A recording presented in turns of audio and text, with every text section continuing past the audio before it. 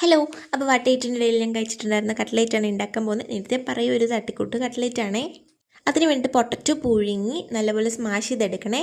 എന്നിട്ട് വെളിച്ചെണ്ണ ചൂടാക്കി അതിലോട്ട് ഇഞ്ചിയും വെളുത്തുള്ളിയും ചതച്ചിട്ടൊന്ന് മൂപ്പിച്ചെടുത്തിട്ട് ഒരു സവോള, 2-3 പച്ചമുളക്, ഒരു ക്യാരറ്റ് ഇതെല്ലാം കൊത്തി അരിഞ്ഞ് അതിലിട്ട് നല്ലപോലെ ഒന്ന് വഴറ്റിയെടുക്കണേ. അത് നല്ല വഴണ്ടി വന്നതിന് ശേഷം ഇതിലോട്ട് നമുക്ക് പൊടികളിട്ട് കൊടുക്കാം. ഞാനിവിടെ ഗരം മസാല ഇടുന്നുണ്ട്. അപ്പോൾ അതിൽ നമ്മൾ വീട്ടിൽ പൊടിച്ചുകൊണ്ട് ഒത്തിരി കുരുമുളകുണ്ട്. അതുകൊണ്ട് ഞാൻ സെപ്പറേറ്റ് കുരുമുളക് പൊടി ഇടുന്നില്ല. ഇല്ലെങ്കിൽ കുരുമുളക് പൊടി, പിന്നെ മഞ്ഞൾപ്പൊടി, മുളക് പൊടി, ചിക്കൻ മസാല, പിന്നെ ആവശ്യത്തിന് ഉപ്പ് ഇത്രയിട്ട് ഒന്ന് നല്ലപോലെ ഒന്ന് ഇളക്കി മൂപ്പിച്ചൊന്ന് എടുക്കണം.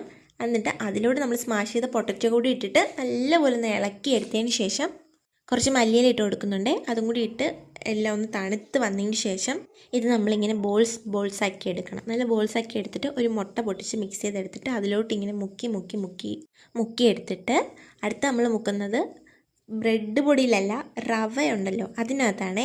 ശരിക്കും ഞങ്ങളുടെ ബ്രെഡ് ഇല്ല, അതുകൊണ്ടാണ് റവയിൽ മുക്കി എടുക്കുന്നത്. പക്ഷെ അത് നല്ല ടേസ്റ്റ് ഉണ്ടായിരുന്നത് കഴിക്കുമ്പോൾ. അപ്പം നമ്മൾ നല്ലപോലെ ഒന്ന് കവർ ചെയ്തെടുക്കണം. സാധാരണ രീതിയിൽ അതിനെക്കാട്ടിൽ നല്ലതായിട്ടൊന്ന് കവർ ചെയ്തെടുത്തിട്ട് തിളച്ച എണ്ണയിലിട്ടിട്ട് മൂപ്പിച്ചെടുക്കണം. തീ ലോ ഫ്ലെയിമിൽ വെക്കണം, ഇല്ലെങ്കിൽ കരിഞ്ഞു പോകും. അപ്പോൾ മൂപ്പിച്ചെടുത്തിട്ട് നമ്മളിതൊന്ന് എണ്ണയൊക്കെ നല്ലപോലെ നീറ്റിച്ചെടുത്ത് മാറ്റി വെച്ചിട്ടൊന്ന് കഴിച്ച് നോക്കണം കേട്ടോ.